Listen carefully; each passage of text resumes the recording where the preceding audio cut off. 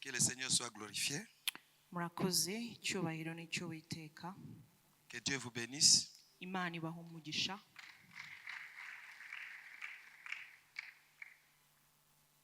Je dis merci au Seigneur pour l'opportunité. Ndashima Imana kubw'aya mahirwe. Il m'a fait revenir sur ce pays encore aujourd'hui. Imana yongeye kungarura muri iki gihugu uyu munsi. C'est ma deuxième fois d'être là. Kuko si inshuro ya mbere ahubwo n'ubwa kabiri nje hano. J'ai dit merci à Dieu, lui qui est le maître des temps et des circonstances. Kubw'ibyo ndashima Imana kuko ariyo itegeka ibihe n'ibibera ku bantu. Merci à Bishop, Ndashimira Bishop, le docteur Fidel Masengo, Dr Fidel Masengo, qui nous a alignés parmi les orateurs à cette grande journée. yadushyize mu bazigisha kuri uyu munsi udasanzwe. Que Dieu les bénisse encore. Imana yongere imuhe umugisha. Il nous a nourris terriblement à Kinshasa. Kinshasa yaratugaburiye bikomeye. Donc si seulement vous osez les provoquer ici, nous les récupérons à Kinshasa. Ni mu mushotora hano rero twebwe tuzamwitwarira Kinshasa. Parce qu'il est une très grande bénédiction pour la nation congolaise. Kuko ku gihugu cya Kongo uyu mukozi w'Imana n'umugisha ukomeye. Merci aussi à Papa Dan. Ndashimira na Papa Dan qui a accepté que je vienne ici. wanyemereye kuza hano. Parce que quand je lui ai dit que papa, je suis invité à Kigali, il dit allez-y, on va se rencontrer là-bas. Naramubwiye ni Papa Dan Kigali bantumiye, yarambwiye ati gendayo rwose tuzahurirayo. Merci, on m'a dit j'ai juste 40 minutes. Bambwiye ko mfite iminota 40 yonyine. Les Américains ont prêché, ils ont respecté les minutes. Abanyamerika babwirije bubahiriza igihe. Les Français ont parlé, ils ont respecté les minutes. Abafaransa babwirije bubahiriza iminota. Moi, je suis africain. Jewe ndi umunyafurika. Je dois faire la différence. Ngomba gukora itandukaniro. C'est-à-dire, tout Africain qui se respecte, il doit dépasser les minutes données. Umunyafurika wese wiyubashye ubyiyumvamo birumvikana ko agomba kurenza igihe. Donc supportez-moi pour 2 heures du temps. Rero munyihanganire ngiye kubatwara amasaha 2.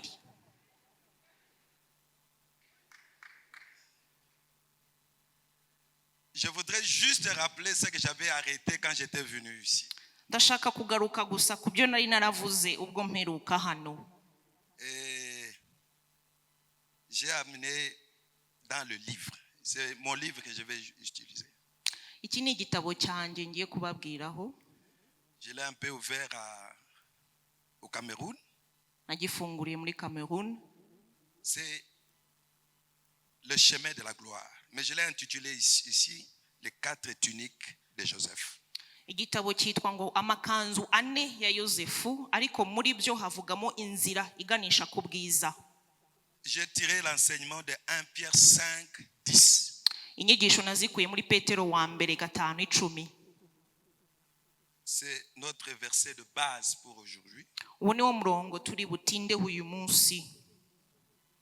1 Pierre chapitre 5 le verset 10. Petero wa mbere igice cya 5 umurongo wa 10. Dieu de toute grâce, kandi Imana igira ubuntu bwose, qui vous a appelé en son Fils Jésus-Christ, yabahamagariye muri Kristo pour une gloire éternelle, ubwiza bwayo buhoraho, après que vous aurez souffert un peu de temps, nimumara kubabazwa akanya gato, vous fortifiera, izabongerera imbaraga, vous affermira izabatunganya et vous rendra inébranlable. kandi izabakomeza. Je lis ce message à cette circonstance de dédicace de temple. Uyu murongo ndawusoma kuri uyu munsi ubwo iyi nyubako twayitashye ku mugaragaro. Ça veut dire que vous êtes en train de monter avec Dieu dans la gloire. Bivuze yuko muri muzamukana n'Imana mu bwiza. Et vous venez aussi de quelque part. Hari aho muvuye. Vous êtes une leçon pour les autres. Abandi mubabereye urugero. Une expérience pour les amis qui sont en train de venir. Inshuti ziriho zibagana mubabereye inyigisho. Mais vous n'êtes pas encore arrivé. Ariko rero ntimuragerayo. Dieu, quand il élève, iyo Imana izamuye il va de gloire en gloire. ikuvana mu bwiza ikujyana mu bundi. Excusez-moi, de temps à temps, je vais me référer à quelque chose. Je vois les anglophones savent gérer la gloire, mais les francophones ont un problème. Munyemerere hari ingero ndi bukoreshe njya mbona abaturuka mu bihugu bivuga icyongereza bazi uburyo bitwara bikwiriye muri ubwo bwiza, ariko ku baturuka mu bihugu bivuga igifaransa birabagora. Un anglophone, plus Dieu les bénit, plus il entre en intimité plus profonde avec Dieu. Umuntu uturuka mu gihugu kivuga icyongereza uko Imana imuha umugisha niko arushaho kugira ubwina n'ubusabane bwe n'Imana. La gloire de Dieu, c'est comme la montée d'un escalier. Ubwiza bw'Imana ni nko kuzamuka ingazi. Vous êtes à la première marche. Kugera ku rwego rwa mbere. Ne tombez pas parce qu'il y a la deuxième marche. Ube maso ntugwe kuko hari urwa kabiri. C'est ce qu'on appelle gloire en gloire. Ibyo nibyo twita kuva mu bwiza ujya mu bundi. Mais les francophones, ariko abava mu bihugu bivuga une igifaransa, fois que Dieu le visite, Imana imugendereye rimwe gusa, c'est fini. biba birangiye. Il croit que c'est là le plafond. Yibwira ko ari aho hanyuma yagera. Et la compromission commence. Uko nguko niko atangira kurangara. S'il avait une femme, il va en avoir 2 et 5. Niba yari afite umugore umwe arigwizaho abandi 4 5. L'orgueil le récupère. Ubwibone bumutahamo. Ça, c'est juste l'introduction. Aho rero ni intangiriro gusa. Et j'ai tiré l'enseignement de la Genèse 37. La Genèse 37, vous allez lire tous les livres de la Genèse à la maison. Dusomye igice cyose cyo mu itangiriro 37 uze kugisoma ugeze mu rugo. La Bible dit dans 1 Pierre 5, 10, Dieu de toute grâce, Bibiliya avuga muri Petero wa mbere 5:10 ngo Imana y'ubuntu bwose qui vous a appelé en Christ. yabahamagariye muri Kristo. On pose la question à Dieu, pourquoi tu m'as appelé? Wabaza Imana uti kubundi kuki wampamagaye? Il répond, Izagusubiza, Constant, je t'ai appelé pour une gloire éternelle. Constant, naguhamagariye ubwiza buhoraho. Ah, mais le jour que j'ai lu ça, j'ai compris, j'ai dit, waouh! Umunsi nasomye uyu murongo byarantangaje cyane. Ça veut dire que peu importe le temps que je peux traverser aujourd'hui, bivuga ngo ntitaye ku bihe ndiho ndanyuramo uyu munsi, Dieu me dit qu'il m'a pas appelé pour la souffrance éternelle. Imana irambwiye ko itampamagariye umubabaro w'igihe gihoraho, Mais Dieu m'a appelé pour la gloire éternelle. ahubwo Imana ihamamagariye ubwiza buhoraho. Je voudrais rassurer à quelqu'un qui a répondu à ce 3e service que Dieu t'a appelé en Christ pour la gloire éternelle. Wowe witabiriye aya materaniro ya gatatu ndifuza kukwizeza nkanabikwemeza ko Imana yamuguhamagariye ubwiza buhoraho. C'est que même si je peux souffrir aujourd'hui, nubwo uyu munsi naba mbabaye, la souffrance n'est pas éternelle. ntabwo umubabaro ari uw'igihe gihoraho, C'est la gloire que j'attends. ahubwo ubwiza nibwo buntegereje. J'ai dit que le jour que j'ai lu ce verset, Nababwiye ngo umunsi nasomye uyu murongo, quand j'ai compris que Dieu m'a appelé pour la gloire, j'ai dit ouais. umunsi nasobanukiye ko Imana yamamagariye ubwiza bwayo byarantangaje. Mais quand j'ai encore bien lu, ariko nongeye kusoma neza, il me dit Constant, c'est après que tu souffres, après la souffrance. yarambwiye Imana ngo Constant, ibyo bizabaho nyuma y'uko ubabajwe. Je dis oh mais c'est quoi encore? Ndavuga none si binoneho ni ibiki? Dieu de toute grâce qui vous a appelé en son fils Jésus pour une gloire éternelle après que vous aurez souffert un peu de temps. Imana y'ubuntu bwose yabahamagariye muri Kristo Yesu ubwiza bwayo buhoraho bizabaho nyuma y'uko mubabajwe akanya gato. Ça veut dire que le chemin de la gloire Bivuga ngo inzira igana ku bwiza est toujours lié aux souffrances. igihe cyose yisanisha n'imibabaro. Ça veut dire qu'on ne peut pas arriver à un niveau de gloire sans traverser la zone de souffrance. Bivuga ngo ntushobora kuzagera ku iherezo ari ryo ubwiza utabanje kunyura mu mubabaro. Toi qui demandes la gloire à Dieu, Wowe usaba Imana ngo ubwiza bwayo, tu pries que Dieu t'élève. ugasenga ngo Imana ikuzamure. Dieu est pour ça. Imana ibyo ngibyo Je irabyishimiye. viens t'informer que tu dois te préparer pour la souffrance qui doit venir en premier lieu. Ariko reka nkumenyeshe yuko ugomba kwitegura umubabaro ari wo uzaza mbere. Dieu appelle Israël pour la terre promise. Imana ihamagariye Isirayeli kujya mu gihugu cy'amasezerano. Il promet à Abraham, tu vas entrer, je te donne comme héritage la terre. Imana ibwira Aburahamu ngo nguhaye umugabane, uwo mugabane ni igihugu. Mais Dieu n'avait jamais expliqué à Abraham et à ses descendants qui vont traverser le désert. Nta na rimwe ariko Imana yigeze imenyesha Aburahamu n'abazamukomokaho ko bazanyura mu butayu. Dans la marche vers la gloire, il y a des choses que Dieu nous cache. Burya iyo turi mu rugendo rugana ku bwiza hari ibyo Imana iduhisha. Qui ne révèle jamais, sinon tu vas te décourager avant de commencer la marche. Ntabwo yabiguhishurira kuko wacika intege utaratangira urwo rugendo. Je t'informe. Reka mbikumenyeshe rero. Dieu t'a appelé pour la gloire. Imana yaguhamagariye ubwiza. Et pas n'importe quelle gloire. Atari ubwiza ubwo ari bwo bwose. Mais c'est la gloire éternelle. Ariko ubwiza buhoraho. Ça veut dire qu'il y a deux sortes de gloire. Bivuga ngo habaho ubwiza bubiri. Vous savez, j'avais dit, c'est ce que je vais dire tout de suite la fois passée. Nababwiye ko ngiye kuvuga ibyo navuze ubushize. Pierre marchait avec le Seigneur Jésus-Christ. Petero yagendanaga n'umwami Yesu. Et je vous avais informé que Pierre était plus âgé que Jésus. Reka mbamenyeshe ko Petero yarushaga Yesu imyaka. N'est-ce pas? Sibyo? Plus âgé. Yamurushaga imyaka. Et Pierre était un grand responsable quand Jésus l'avait récupéré. Kandi Petero umunsi Yesu yamuhamagaye yari umugabo w'umuyobozi. Parce qu'il était père d'une famille. Kuko yari umutware w'umuryango. Pendant que Jésus célibataire. Yesu yari ingaragu. Pierre marié. Petero yari afite umugore. Et même à cette période, la maman de sa femme habitait chez lui à la maison. Kandi mu bihe byabo nyirabukwe yabaga iwe mu rugo. Pierre n'était pas un chômeur quand Dieu l'appelait. Petero ntabwo yari umuntu utagira akazi umunsi Imana yamuhamagaye. Il travaillait, il était un grand pécheur. Yarakoraga yari umurobyi ukomeye.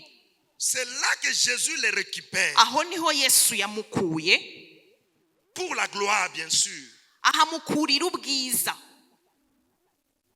Un jour, Jésus pose la question, Pierre dit à Jésus, Seigneur, j'ai un cas de deuil à la maison. Mon beau-père est décédé. Est-ce que tu peux me permettre d'aller l'enterrer? Jésus, non. Laisse les morts enterrer leurs morts. Toi là, suis-moi. Umunsi umwe Petero arerura ajya imbere ya Yesu amusaba uruhushya aramubwira ati erega Yesu iwacu dufite ikiriyo mu rugo iwanjye hari ikiriyo data bukwe amaze gutaha wanyemerera nkasubira nkajya kumushyingura. Yesu aramuhakanira amubwira ati oya iby'abapfu birekera abapfu wowe gumana nanjye hano. Beaucoup sont mariés ici. Benshi muri mwe hano mufite ingo. Nous avons des beaux parents. Dufite ababyeyi twashakiyeho badata bukwe n'abamabukwe. Que les beaux-pères meurent. Abadata bukwe bapfuye. Toi tu es dans la ville. Wowe ukaba uri mu murwa. Tu n'es pas arrivé au deuil. So bukwe yapfuye uri mu murwa ntugiye ku kiriyo. Tu connais les conséquences. Uzi ingaruka z'ibyo bintu. D'abord avec ta femme propre. Uri kumwe n'umugore. Et avec la belle famille. Kandi uri mu muryango washatsemo. À des moments, je dis, est-ce que Jésus sait ce qu'il était en train de créer à Pierre? Jésus dit ça parce qu'il n'était pas lui-même, Jésus n'était pas marié. Ou c'est parce que s'il était marié, il allait comprendre les dangers qu'il y avait dans cette affaire. Hari ibintu Yesu akora je nkamwibazaho nkibaza ariko Yesu azi ingaruka z'ibintu akora ku bantu abikorera kuko Yesu atari yarashatse nibaza ko atigeze asobanukirwa akaga ari washyiramo muri Petero kuko atigeze amenya ibyo kubana n'umuryango yashatsemo. À un moment Pierre dit non. Petero agira avuga ati orekoya. Je suis en train de suivre ces messieurs ici. Uyu mugabo ndamukurikiye. Moi j'ai une maison, lui n'a même pas de maison, il dit que le fils de l'homme n'a même pas où poser sa tête. Mais moi j'ai une maison. Uyu mugabo ndamukurikiye yefite urugo mfite inzu we nta n'inzu afite nubwo avuga ngo umwana w'umuntu yabuze awarambika umusaya ariko jewe mfite urugo nshinzwe. Mais je suis en train de le suivre. Nyamara ni jewe umukurikiye. Il dit Éternel, Seigneur, attends. Arangije avuga ati mwami rindira gato. J'ai une question avant de continuer la marche avec toi. Mbere yuko nkomezanya urugendo nawe hari ikibazo nkubaza. Pour celui qui a tout abandonné. Ku bantu basize byose. Sa femme. Ari umugore. Les enfants. Ari abana. Sa maison. Ari inzu. Son travail. Ari akazi. Pour te suivre. Kugira ngo agukurikire. Qu'est-ce qu'il aura? Ubundi azunguka iki? Jésus regarde. yesu Il dit, aramwitegereza. celui-ci, si je lui réponds seulement pour le ciel, il va partir. yesu aravuga ngo uyu nguyu nimusubiza ku by'ijuru gusa aramvaho. Donc il faut que ma réponse ait deux volets. reka muhe igisubizo kirimo ingingo ebyiri. Il dit, Pierre, ati petero, pour celui qui aura tout abandonné ku muntu wasize byose pour me suivre akabisigira kunkurikira, sur cette terre, ko yaba kuri iyi si il aura au centuple azabona ibikubye ijana. la famille, ari les umuryango, biens matériels, ari imitungo, tout, il aura ça byose azabikubirwa ijana kuri iyi si, fois 100. azabikubirwa ijana. Et le siècle à venir, ariko nanone mu ijuru igihe il kizaza a droit au ciel. azahabwa ijuru. Ah, Pierre dit maintenant, amène-moi partout tu veux, partout. petero Je ati suis prêt noneho à niba ari ibyo unyijyanira aho ushaka nzagukurikira. Donc, pour ceux qui ont suivi le Seigneur Jésus, ku bakurikiye umwami yesu rero il y a deux héritages. hariho imigabane Il y a ibiri, l'héritage terrestre umugabane wo kuri iyi et si l'héritage céleste. n'umugabane wo mu ijuru. N'acceptez pas de mourir pauvre. ntuzemere gupfura umukene.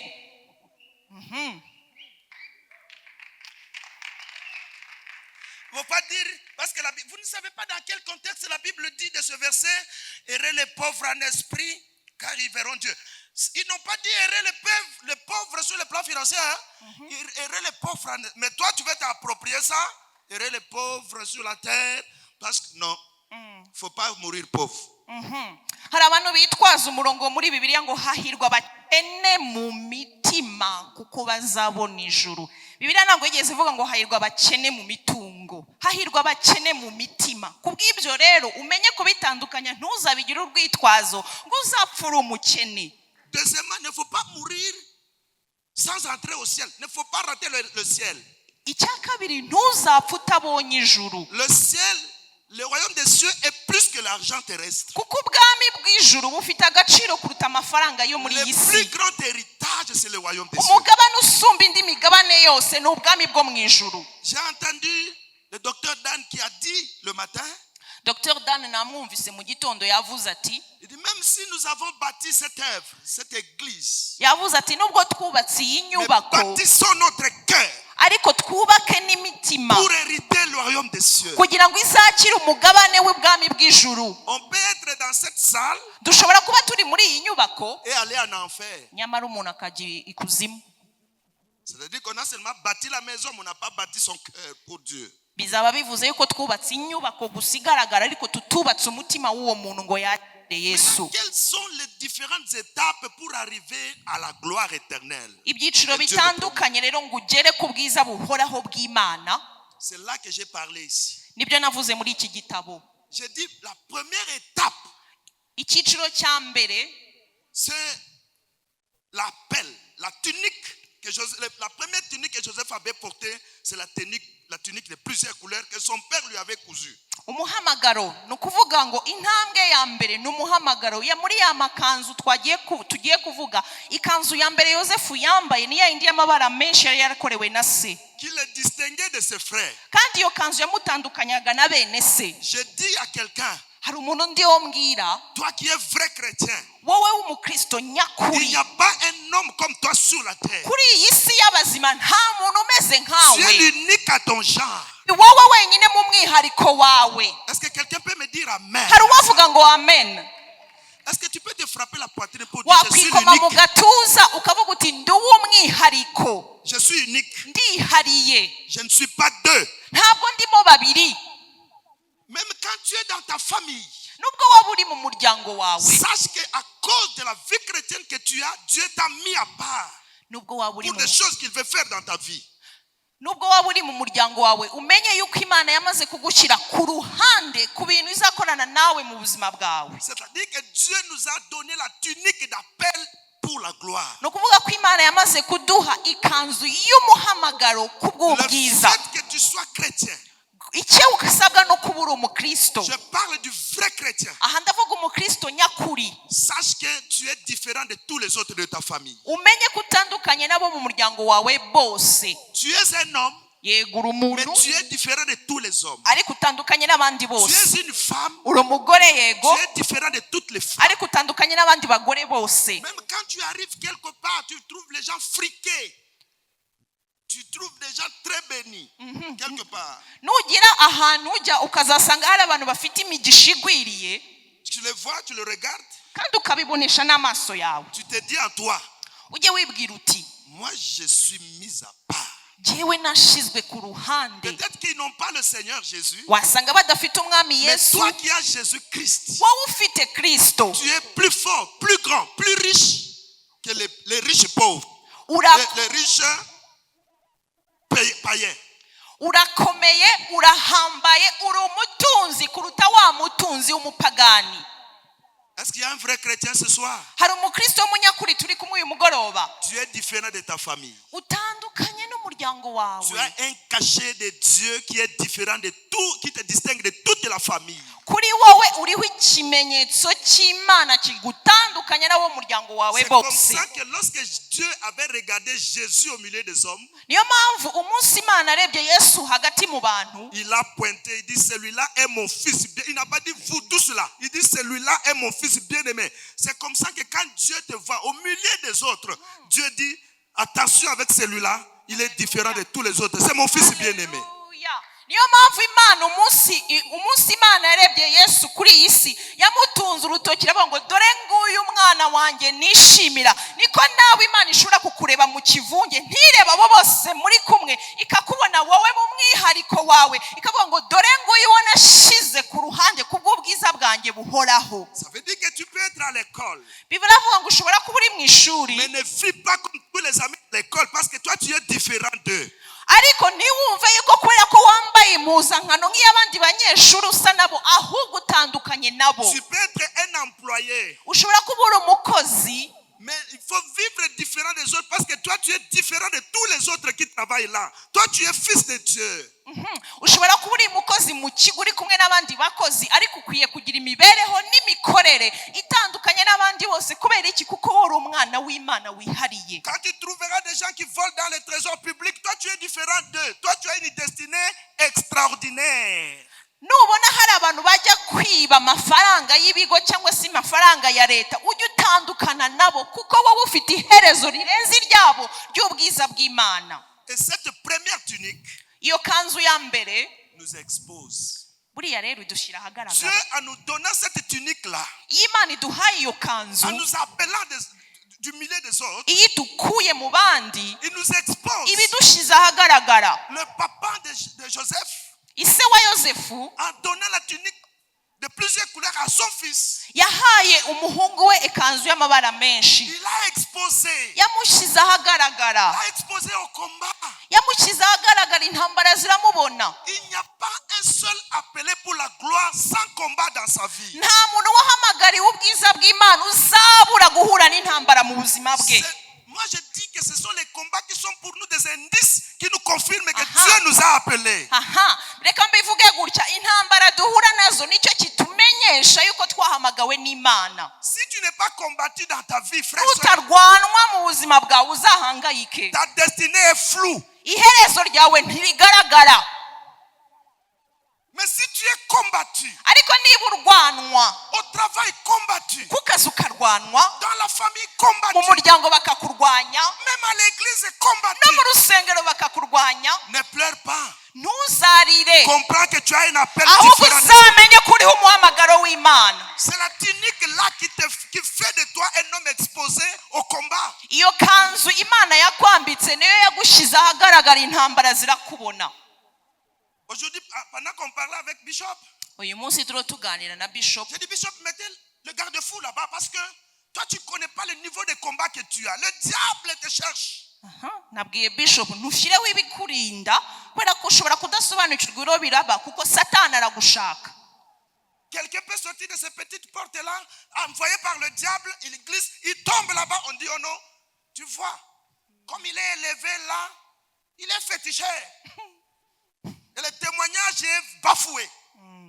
umuntu ashobora guturuka muri uriya muryango, akantu gato kamubayeho akanyerera akikubita hasi, bagatangira bakavuga bati nimureba muri rwa rusengero bararutashye, ubu barazamutse, rero Imana barayisize, bagiye mu burozi. uko nguko ni gusanga kuvugwa neza k'umuntu kwanduzwa n'imirimo ya Satani.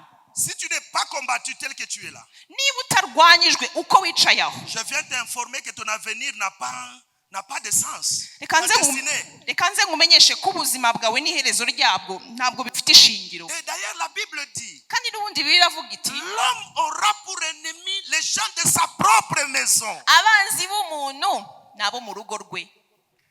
Ne t'étonne pas de voir que c'est ta propre famille qui te combat. ntuzatangazwe no kubona urwanwa n'umuryango wawe. On peut même dire, l'homme aura pour ennemi les gens de sa propre famille chrétienne. reka tunabivuge muri aya Parce que la vie chrétienne, c'est aussi une famille. Et les gens peuvent avoir des ennemis dans sa propre église. reka tunabivuge muri aya magambo y'uko abanzi b'umuntu baza bo mu muryango we wa gikristo. tunarenzeho tuvuge ngo abanzi b'umuntu ni bariya basengana Dans son propre département. hariya mu itsinda akoreramo umurimo Ne w'Imana. quitte pas le département. Ne quitte pas le département à cause du combat. ntuzave muri iryo tsinda kubera intambara. Ne quitte pas l'église à cause du combat. ntuzave mu itorero kubera intambara. Cela te confirme que ta gloire est véritablement grande. kuko izo ntambara nizo zikwemeza yuko ubwiza wahamagariwe budasanzwe. Il y a quelqu'un qui me dit à haute voix amen. hari umuntu wavuga amena n'ijwi riranguruye. Ma question, est-ce que tu es combattu? reka rero nkubaze, ese ubundi ujya urwanwa? Vous savez, quand on dit à un sorcier qui est dans la sorcellerie, on lui dit tu vas nous donner quelqu'un de ta famille.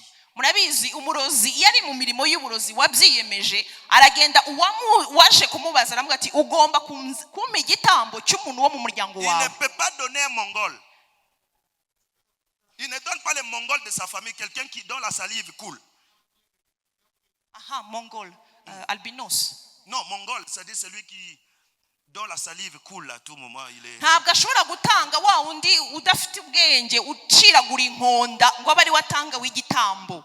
S'il essaie de donner celui-là, nagerageza gutanga uriya on va lui dire tu blagues avec nous. baramubwira ngo ese ubundi uri kugikinisha. Quelle est cette histoire que tu nous amènes? iki gitambo gifite intenge. On va chercher les piliers de la famille. bagomba gushaka wa wundi ubereye umuryango inkingi. Je t'informe que tu n'es pas n'importe qui dans ta famille. reka nkumenyeshe yuko utari umuntu ubonetse wese mu muryango Tu wawe. es un héritier uri umuraganwa exposé au combat. wagaragarijwe intambara. On va te faire la guerre, bazakurwanya mais on ne va pas te vaincre. ariko ntibazakubasha.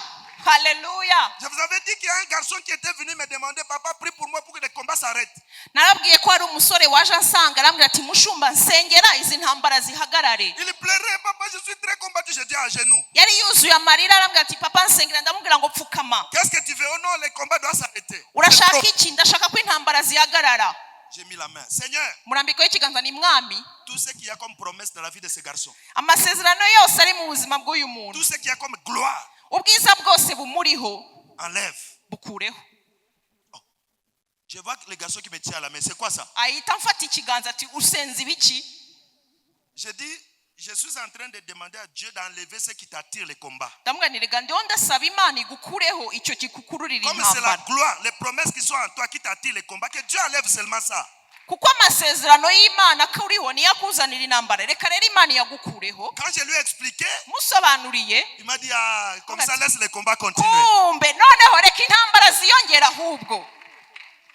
Dieu n'a pas promis l'arrêt du combat. ntabwo imana yigeze udusezeranya ko intambara Mais Dieu zizaca. a dit qu'ils te feront la guerre, mais ils ne vont pas te vaincre. ariko imana yaravuze ngo bazakurwanya ariko ntibazakunesha.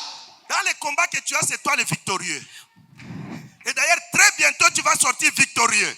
muri iyo ntambara urimo ushobora kubona utafite intsinzi ariko vuba aha reka nkubwire intsinzi urayifite. Est-ce que quelqu'un peut dire à haute voix, je suis victorieux? hari uwavuga n'ijwi riranguriye ngo intsinzi ndayifite. Je suis victorieux. intsinzi ndayifite. Je suis victorieux. intsinzi ndayifite. 1000 vont tomber à gauche. 10,000 bazagwa 10 ibumoso, 000 vont tomber à droite. inzovu bagwa iburyo, Mais moi, je ne serai ariko jamais njyewe touché. nzaguma mpagaze.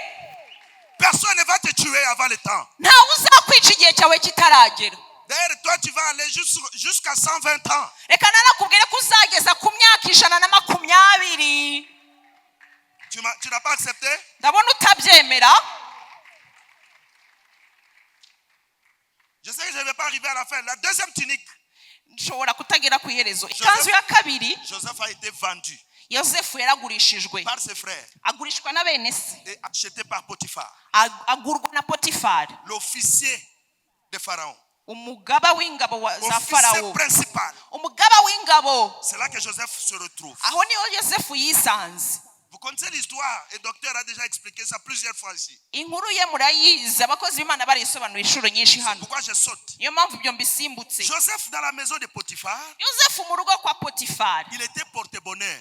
yari umuntu wabazaniye amahirwe, Parce que comme la gloire était en lui, kuko ubwiza bw'Imana bwari bumuriho. partout il entrait, Aho yajyaga hose cette gloire se ubwo répandait. bwiza bwarahasesekaraga. Je crois que dans cette église, il y a aussi des porteurs de gloire. Ndatekereza ko hano muri iri torero harimo abantu bagendana amahirwe, bazana amahirwe. Il y a des gens qui, quand il arrive quelque part, Hari abantu iyo bageze ahantu les gens sont bénis. abantu bagira Il y umugisha. a aussi des gens, quand il arrive, Hari abandi rero iyo baje,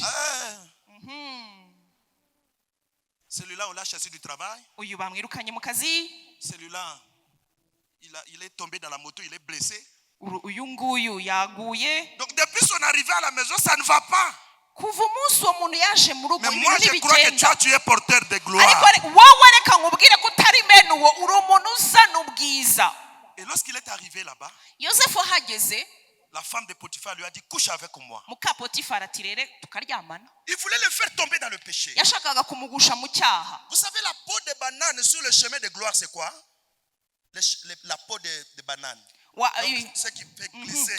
Ibishishwa by'imineke ku nzira y'ubwiza, bya bindi bikunyereza, C'est le péché.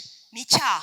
La femme dit à la femme, à Joseph, couche avec moi. Muka Potifari ati Yosefu tugomba kuryamana. Joseph, connaissant les dangers du péché, Yosefu yari azi akaga kaba mu byaha, il dit non. ati reka da, Si je tombe, ningwa je n'arriverai plus à la gloire. ntabwo nzaba nkigeze ku bwiza. Mes frères et sœurs, Bene data, ne péchez pas. ntimuzacumure, Le péché va te bloquer. ibyaha Le bizabazitira. péché, c'est comme la peau de la banane sur le chemin de la gloire. Icyaha kimeze nk'igishishwa cy'umuneke ku nzira igana ku bwiza. Ne tombe pas. Ntuzagwe, Tu n'es pas n'importe qui. ntabwo uri umuntu ubonetse wese. Quand tu es en marche vers la gloire, Kubera ko uri mu rugendo rugana ku bwiza, le péché, c'est une distraction. icyaha kizakubera ikirangaza. N'entre pas dans la distraction. Ntuzemere kurangara. Celui qui est à l'arrêt de bus, Uriya uhagaze ku cyapa cya bisi qui attend le taxi, ategereje ko bisi imugeraho, quand il y a des gens qui jouent là-bas, iyo hari abantu bari gukina hariya il ne se distrait pas. ntabwo yemera kuba murangaza, Parce qu'il attend le bus. kuko ategereje bisi Je dis que tu es imutwara. à l'attente de la gloire. Nawe ndakubwiye ngo utegereje ubwiza. N'entre pas dans la distraction du monde. Ntuzemere kurangazwa n'iyi si. N'entre pas dans le péché avec les amis. Ntuzemere kujya mu cyaha.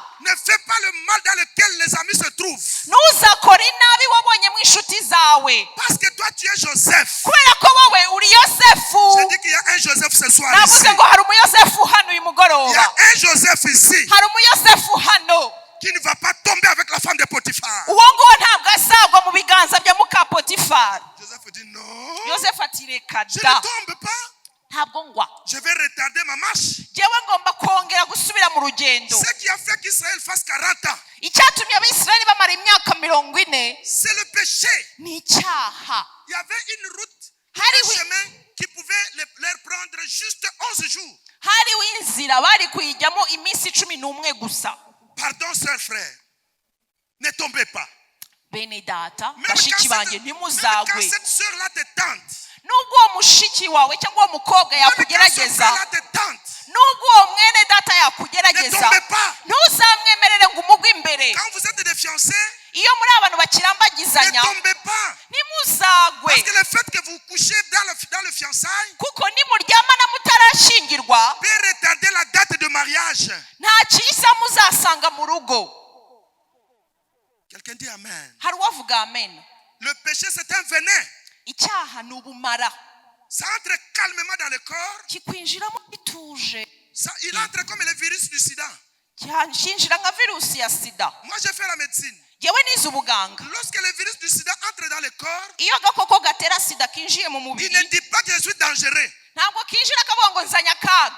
il dit aux anticorps, ahubwo kikabwira ba basirikare barinda umubiri, je suis votre frère. erega ndi uwo mu Nous banyu, allons vivre en paix. reka tubane amahoro. Et les amis, oui, entre, tu es comme nous. abandi ba basirikare bakakakira ati Et quand il entre dans le corps, ka gakoko kakwinjira mu c'est mubiri fini. biba birangiye, Il devient dangereux. kaba gateye Il akaga. combat ceux qu'il avait acceptés à la maison. ba bandi babumurwanyaga Je bakamwakira. vais m'arrêter là reka ndekere aha pour dire à quelqu'un, kugira ngo ngire uwo mbwira, ne tombe pas dans le péché. ntuzagwe mu cyaha. Parce qu'après la tentation, il y a la gloire, il y a les épreuves. Ça, c'est plus tard. kuko nyuma yo kugeragezwa, nyuma y'ibishuko hari ibindi. Les difficultés de la vie. ingorane z'ubuzima. Sans difficulté, nta ngorane il n'y a pas de gloire. nta bwiza. Gère les difficultés.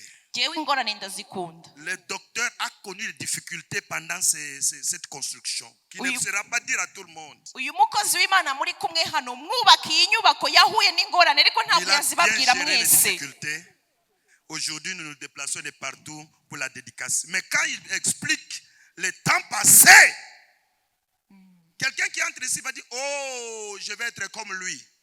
Mais quand il te dit, passe sur le chemin où je suis passé, tu vas dire, non, non, laisse-moi dans ma case.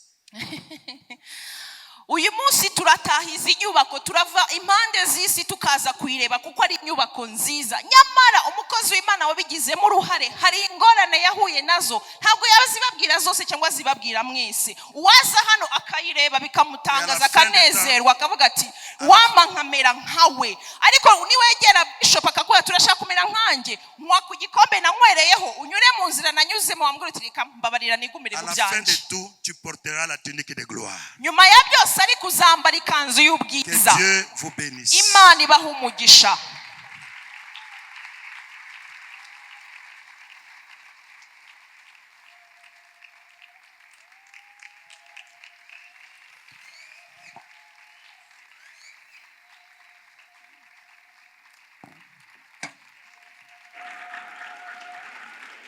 Reka twese duhaguruke dukomere Imana Let amashyi. us all stand up and we give a round of applause to God.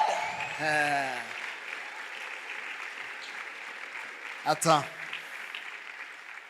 Hold on. apôtre, vous avez combien de livres? Apostle, mufite ibitabo bingahe? yazanye kiriya gusa ariko afite ibindi goma. Désolé, tout ce qu'il a dit, ça se retrouve dans son livre. Hein? ibyo yavuze byose bivuze mu buryo burambuye mu Si vous gitabo voulez cye. tout le contenu, vous pouvez acheter le livre. nimba mushaka inyigisho mu buryo burambuye mwagura kiriya gitabo. Si vous voulez qu'il revienne, niba mushaka ko azagaruka, je vais vous donner une chance. reka mbahe amahirwe. Combien veulent qu'il revienne? ni bangahe bashaka ko azagaruka?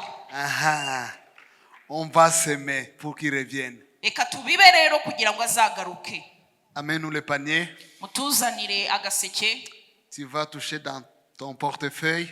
ukure mu bubiko bwawe, Tu vas toucher dans ton téléphone. ukore kuri telefone yawe, Tu peux composer le numéro Momo là-bas.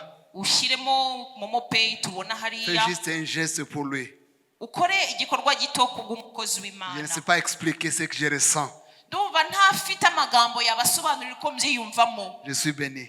naheshejwe umugisha. Gloire à Dieu. Imana ishimwe. Je suis béni. naheshejwe umugisha. Vous êtes béni? namwe mwaheshejwe On umugisha. peut l'accompagner. reka rero tubimwerekeshe. Reka bazane igiseke. They should bring the basket. Hari ikintu cyantangaje ndi iwabo. Something that surprised me when I was back to their place. Nabivuze hano mvuyeyo. I spoke about it here when I came back. Nari kubivuga adasobanura ariko reka bisobanure batagira ngo ndabavuga. I would say it without explaining, but I should explain so that you understand it. C'était la première fois de voir toute l'église donner l'offrande. It was the first time bwari ubwa mbere kubona itorero ryose ritanga ituro. La première personne passe, la seconde, la troisième jusqu'à la fin. umuntu wa mbere agatambuka, uwa kabiri kugeza ku wa nyuma. Et j'ai même répété ça, ils ont fait plusieurs offrandes, 4 à 5 fois. narabivuze yuko batanze ituro inshuro enye Et eshanu, les mêmes services. kandi ni mu iteraniro rimwe. Ils sont bénis. baheshejwe Quand umugisha vous les voyez, ils sont bénis. iyo mubarebesheje n'ijisho Parce que bafite les mains umugisha qui donnent sont les mains qui reçoivent. kuko ibiganza bitanga nibyo byakira. Si vous voulez recevoir, apprenez à s'aimer. Niba ushaka kwakira wige kubiba. Quand vous s'aimez, vous récoltez dans cette vie. Iyo ubibye no muri ubu buzima urasarura. Notre groupe va chanter. Abaririmbyi bacu baririmbe. Reka mvuga aya magambo kubera bo. I should say these words because of them.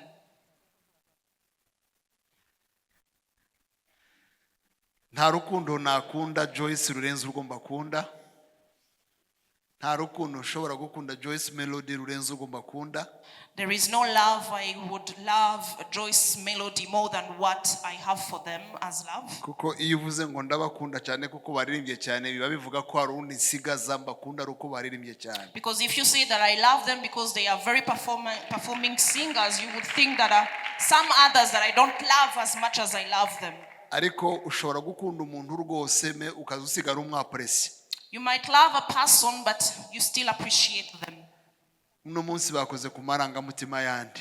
Today they really touched my feelings. Mu ndirimbo bagiye kuririmba, In the song they are about to sing, nakuze ibintu bitatu. I loved 3 things. Nakunze yuko iteguwe mu gihe kigufi ngira ngo mu byumweru bibiri. I loved because the rehearsals of this song was on a short notice. Ko mutari gutanga ma fanta y'umukozi w'Imana ko mutari mu guhaguruka muri benshi. By the way, why aren't you sowing in a big number? So icyakabiri Second, cyantangaje that surprised me, ni uburyo abantu bajya bayobora indirimbo hano. the way they led the worship here. Ubanza tubikumbuye ibyo kugira gutya de gives. I think we are missing people who lead the choir, giving them the notes. Zari byiza biheka. It was amazing. Icyagatatu Third, ni ubutumwa burimo. it is the message in the song. Iriya ndirimbo kabisa That song, tugiye kubatera inkunga mu isohore vuba. we want to support the publication of that song. Niyo mpano twabaha. That is the gift we can give to When you. you get ready for it, tell us, we'll just fund it. Nimwitegura muzatubwire tuzabatera inkunga. Indirimbo imera kuriya twabibise ubwa mbere, Imagine this is the first time we are hearing to this song. nitumara kubimenyera izaca ibintu kabisa. By the time we get used to it and we master the lyric, it will be amazing. Reka batambuke. Please step forward.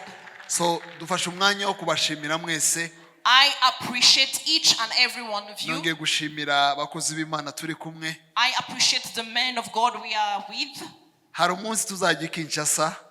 One day we will be going to Hari abantu Kinshasa. babizi muri mwebwe. There are some people who are aware. Tugatega Rwandair.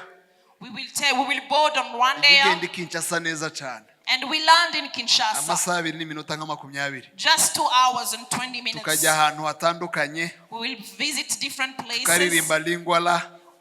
We will sing. Lingwala ni wabo ku rusengero. We will sing Lingwa. Lingwala ni muri komine yabo batuye. Lingwala. Okay. Tukavayo tukajya Gombe.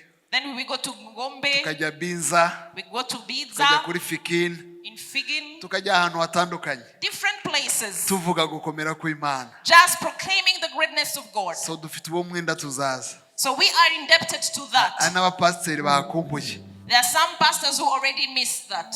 So uzadusuhurize bene data. Please pass on our greetings to the brethren. Kiriya gitabo afite turakigura amadolari 200.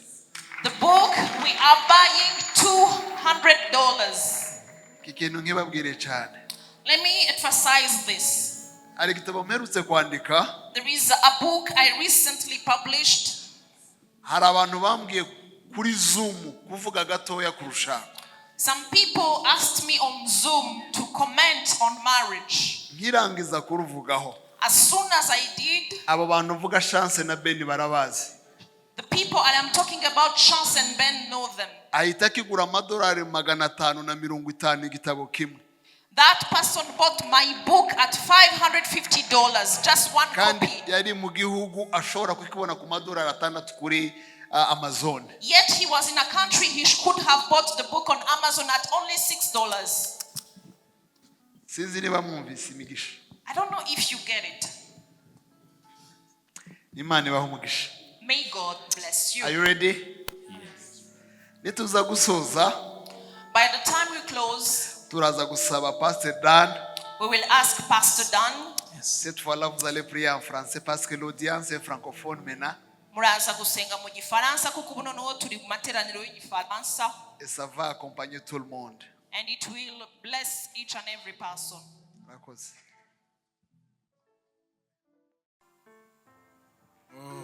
Vraiment, merci.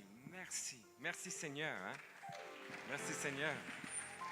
Est-ce que c'est la première fois que vous avez chanté cette chanson? N'ubwa mbere muririmbye iyi ndirimbo. C'est la première fois. Oui, c'est la première fois. Waouh, vous voyez, il y avait une onction. Hari hari Amen. amavuta. Et c'est une grâce. N'ubuntu. Et merci pour le message. Mwakoze kubw'ubutumwa mukozi w'Imana. C'était riche. Bwari ubutumwa buri mu Parce que butunzi. nous ne sommes pas pauvres. Kuko tutari abakene. Avant de prier, vous savez, Foursquare. Mbere yuko nsenga mwebwe muri Foursquare. C'est un mot qui veut dire solide, équilibré. Ubundi Foursquare ni ijambo rivuga ngo igishikamye gihamye. Moi, je pense qu'on est équilibré. Genda tekereza ko dushikamye Amen. duhamye. Il y a un temps pour danser. Hariho igihe cyo Hallelujah. kubyina. Haleluya. Et on va expliquer que nous devrions prospérer.